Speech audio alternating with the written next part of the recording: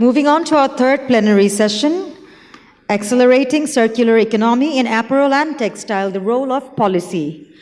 I would like to request Mr. Ahmed Shihab Zaman, National Platform Liaison, Partnership for Green Growth and Global Goals 2030 of P4G to please come up to take his seat. To join him on stage, I would like to request Mr. Omar Giyas, Director, Strategic Engagement, Bangladesh Apparel Exchange, Mr. Faisal Rabbi, Engagement and Public Affairs Team for H&M Group, Mr. Abdur Rahim Khan, Additional Secretary, Ministry of Commerce, Government of the People's Republic of Bangladesh, and Mr. Mickey Magnuson, Entrepreneur in Residence and Agent for Impact of Enview, to please come up and take their seats. The total duration of the plenary will be 40 minutes. The session that everybody's been waiting for. I'm coming here directly from Milan, from ITMA, which is, most of you know, the biggest technology fair for the textile industry. And I can say with confidence that I know that the technology is ready. We've also been speaking, and we heard today, and been speaking in the industry for the last 10 years. We know that the industry is willing to invest, and we also know that the international investment community is also willing to invest, proven just recently. Now, it's not going to happen here in Bangladesh unless we have legislation in place, and everybody's saying they should, no, they should, and that's not going to work. So today is the discussion about what will policy bring to this discussion about circularity. I'm also saying that I'm not a policy expert, by the way, so maybe that's why I'm here. I would like to start with H&M. Hello. Tell me a little bit. About what? You recently signed up with BGMEA. Okay. You're quite public with your initiatives. How do you see the policy working towards what you are trying to do? Okay. Thank you very much. That's a very important question. And you're right that we have recently signed a memorandum of understanding with Bangladesh Garments Manufacturers and Exporters Association. We have also signed an MOU just yesterday with UNDP as well. And GIZ is also sponsoring here. So we have some work with GIZ as well. So the common theme that you probably can see here, that we feel that we alone probably will not be able to solve this very big problem that we have at our hand. Like Laila was talking at the very beginning when she was here as well, our head of sustainability, that the problem is big and it's global. It's not one country, one brand that we can solve it. So the whole intention from our side is to find as many stakeholders possible, as many partners possible, and try to solve this together. And of course, one of the biggest partner and most important and crucial player is just beside me. Mr. Abdur Rahim Khan is here from the government of Bangladesh. And I want to stress, like, we can do so many things, but if the policies are not right, if the policies are not supporting us, or we are not developing the right policies, it will be a difficult journey ahead of us. But we are very hopeful. We have been having communications with them, with the government as well, etc. But I would like to draw probably a bit back from the local to global first, and then from there to come here. Because why H&M Group is motivated to work on policy, or why we are having this public affairs team, and why we are working on policies so that we can do that. So if you look at the European market where we are selling our products, right now there is already some legislations, and more legislations are coming to this. In 3 to 5 years, it's quite possible that there will be mandate that you cannot enter a European market if your carbon emission is below certain level, if your product does not have certain amount of recycled material in it. Bangladesh is, for us, our kitchen, one of the most important production market that we have in the world. And if our products in Bangladesh are not produced with renewable energy and with recycled content, it might happen that the products are not getting entry to the European market. And that's a bad news for everyone. So from that perspective, we know how important it is for Bangladesh, as important it is for us Bangladeshis, and we want to work together so that we can work on our joint strength which is the industry, which is the people, which is the appetite that we have and the resilience that we have in this country. And we want to build better policies, better frameworks, and better investments so that we can achieve these common goals that we have. For instance, if I come back to the goals of H&M Group, you probably have heard it already a couple of times today. We have to reduce GHG emission by 56% from our whole supply chain, and 60% of this happens in production market, like countries like Bangladesh. And we have to have 100% sustainably resourced material in our material by 2030. And apart from that, there is this legal requirements that are coming from European market, which we also need to comply. So that is the motivation that we have, and that is why we feel like we need to work together on the policies with all these stakeholders, including the government of Bangladesh as well. Thank you. Thank you. So to summarize, energy and material sourcing, key focus. Of course. Is there any specific in the policy that you would say, this is what I need? Yeah. So energy and circular. I'm not going to focus so much on energy today because most of these people who are there, they are probably already bored with me talking about energy. But still, on energy, we need this power purchase agreement that I have talked about quite a while, that in other countries that we have, and we can probably look it there. Here as well, so that we can increase the generation of electricity from renewable sources and also connect to our factories. Putting this aside, circularity. We feel like there are 3 or 4 different items that are there that we need to focus on. First of all, the technology is something. Right now, you have in Bangladesh a few technologies, like for instance, mechanical recycling, available in a couple of factories already. But we need to look at more advanced technologies like chemical recycling process and other processes. How can we bring them to Bangladesh? These technologies in some countries are at a nascent stage, at some countries that developed stage, but you need to scale it up in Bangladesh. So how can we look at this sort of technology and bring them to Bangladesh and scale it up here is going to be super important. How can we support from policy level so that these investments also follow? Not only from the global source, but from local sources as well. Maybe we can do joint ventures with other existing investors in Bangladesh as well. So we need to focus on technology. We need to focus on finances and investments, and also we need to focus on policies so that this investment and finances and the technology can come to the country very easily.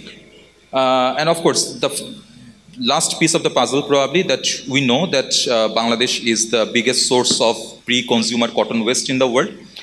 Unfortunately, the sector is not yet matured here. What we have here is the jute market or the informal businesses. We do not want to replace the business, but we want to transform them into formal businesses so that we can interact with them, so that the feedstock is available for certain businesses. So when they come to Bangladesh with their new technologies, they can have the feedstock available.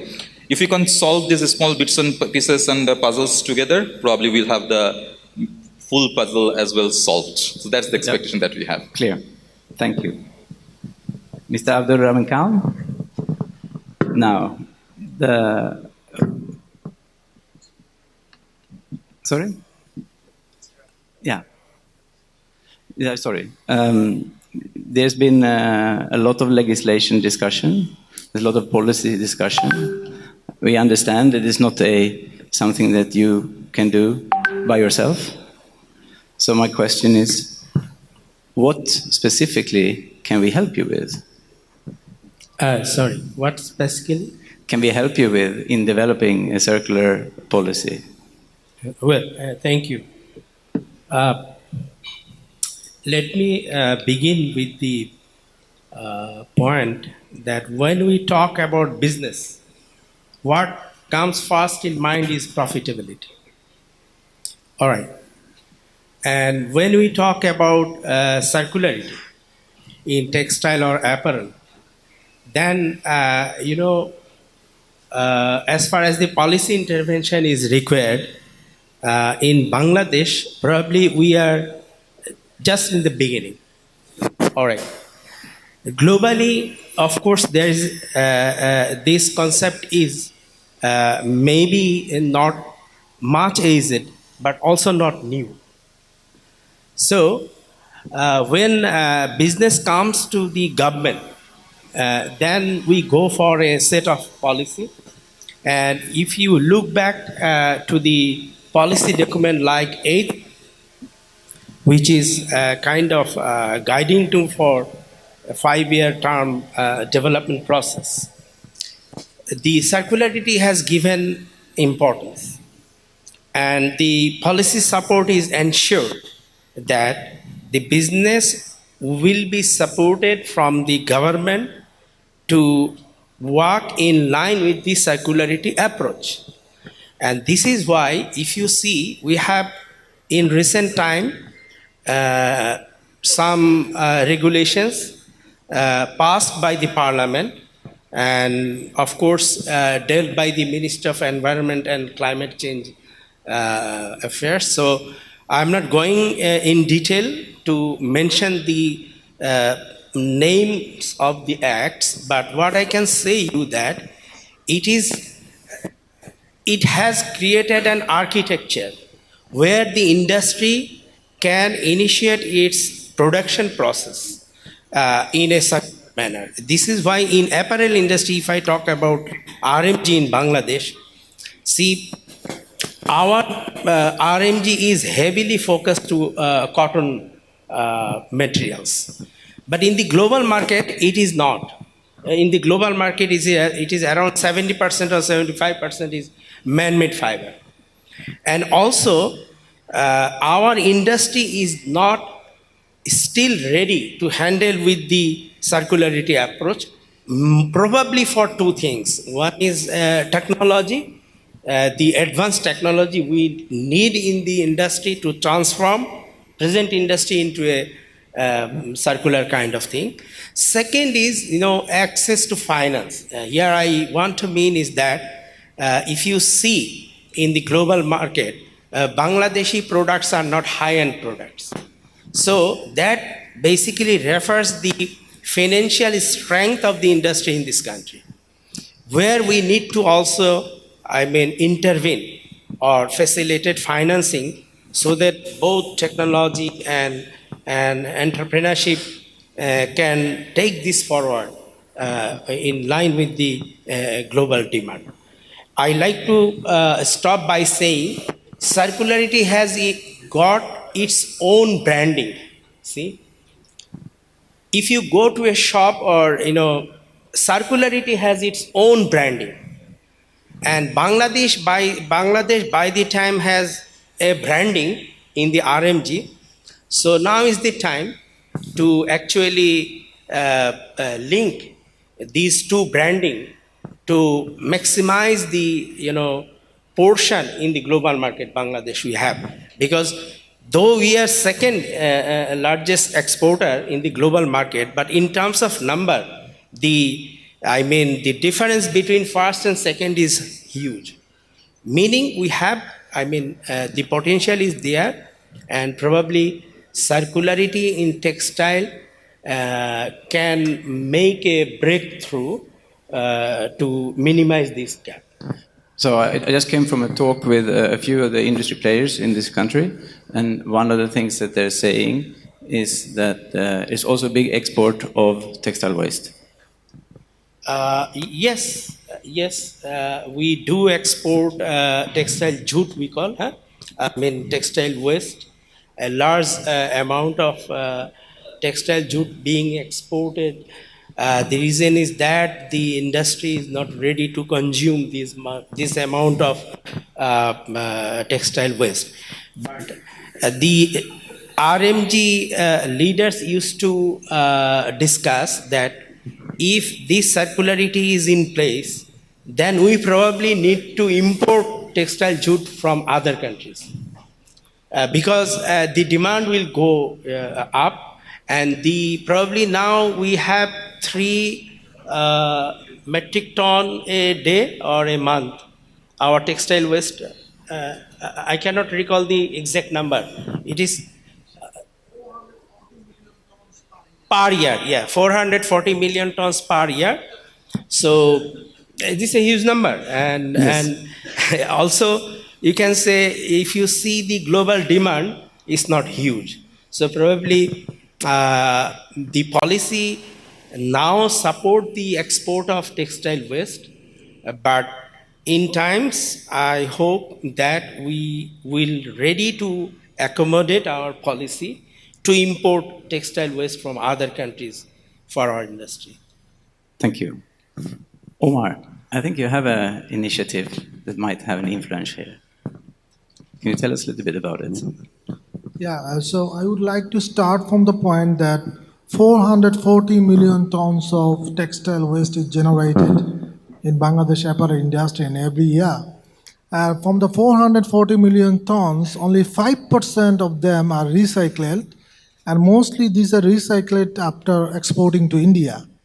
So we understand that unless and until we can make it the business case for the Bangladesh and we can close the loop within the boundary of Bangladesh, it will not be something attractive for the circular fashion. So the project we are doing, we means Bangladesh Apparel Exchange doing, we named the project Closing the Loop of Textile Waste in Bangladesh. So we have with us the InView, of course, and also we have Purify, an European textile recycle mill, and also we have with us Recover, which was already established their recycling plant in Bangladesh, and this project is funded by P4G. So what we actually want to do in the project, so we have very specific two goals to achieve in the project. One is to, of course, advocacy for the policy support, and the second one is coming up with some innovative business model so that becomes win-win for the manufacturers, buyers, and also the informal markets or jute traders. Regarding the policy support, I would like to mention here that we see in Bangladesh, whenever the government come up with some sort of incentive, it's really been instrumental in promoting it. Two glaring example is, we see that when the government gives 4% incentive to the new market, non-traditional market, the apparel export to non-traditional market after the incentive has grown exponentially. We've also seen that when the government offered 3% incentive for the use of local textile, the textile industry has thrived a lot in Bangladesh. So we think since circularity is something new in Bangladesh, if also government offers some sort of incentive, it's not always the cash incentive, even for something like that, corporate tax reduction and etc., the manufacturers will be interested to put their effort in the circularity. So I also see that there has been a lot of enthusiasm today in the platform, in the hall today, and we also seen there a lot of discussions and words. But my question is, there is also needs somebody who actually sit down and take the challenges, take the responsibility to promote circularity. Because my question is, actually, there has been a lot of talks, a lot of words, but who will actually build the cat? So there needs some platform of the key stakeholders of the circular fashion, like the brands, manufacturers, all the players who are promoting circularity in Bangladesh. So if these platforms sit on a regular basis, it could be under the supervision or authority of the Ministry of Commerce, and they also look back on their journey that after 1, 2, or 6 months, what are the achievements we have also done, then there could be a follow-up and monitoring of the words we are having here. And we could then also turn our words into actions. So this platform is also one of the agenda we will be trying to achieve in our project. Thank you. You want to? I just want to complement with 2 points about incentive. Probably we have already made a proposal to the Finance Division and Bangladesh Bank to introduce incentive for circularity. I mean, this is, I hope this will be effective in the next fiscal year, but here the definition is an issue. And we are working with BGMA and BKMA, and we are trying to figure out how this incentive can be provided. Also, this will be a time-bound one. The reason is that, Bangladesh is going to graduate from LDC status by in the end of 2026. So for this, this is one issue, but incentive for a new product in RMG under the circularity approach is probably going to be considered from the next fiscal year. Very good.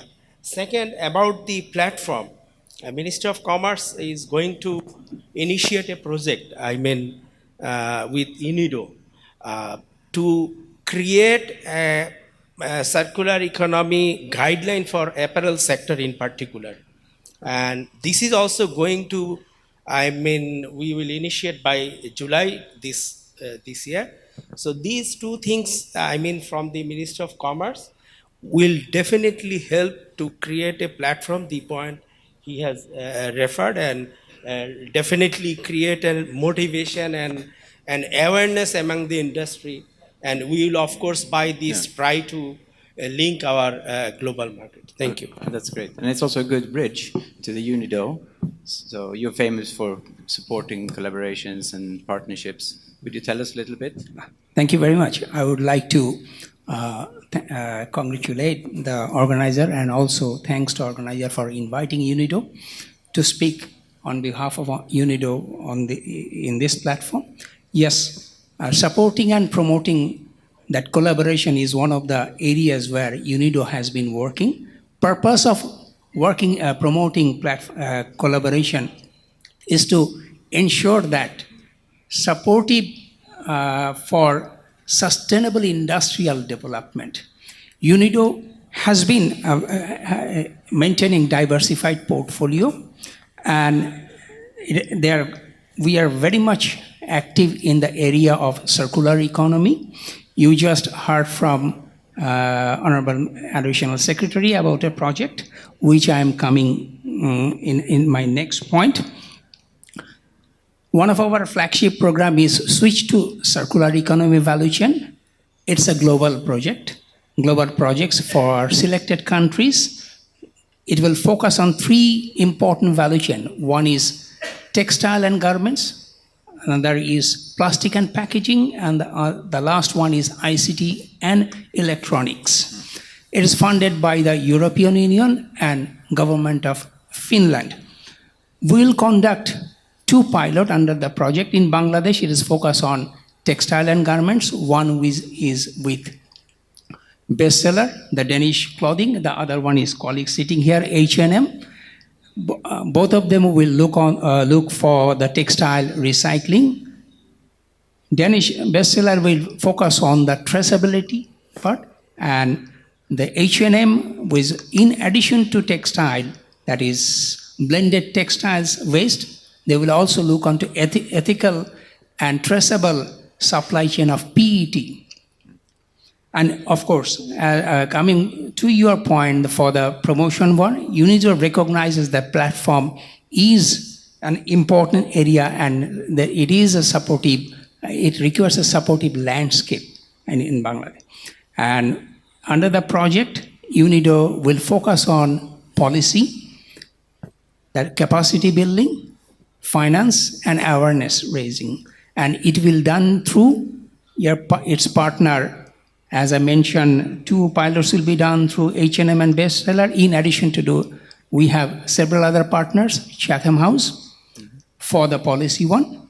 And of course, as Additional Secretary mentioned, Ministry of Commerce will be promoting this policy, financing through European Investment Bank, and also capacity building through circular economy. Colleagues are sitting over here.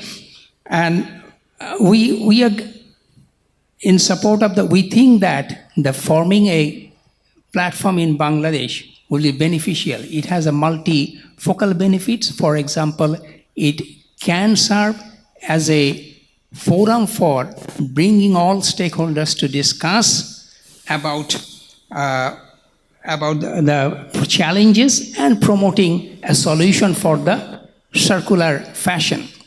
In addition to that, it will also support on increasing transparency in the textile and garments industry, and also can promote the policies. Giving you one example, what is happening in Europe.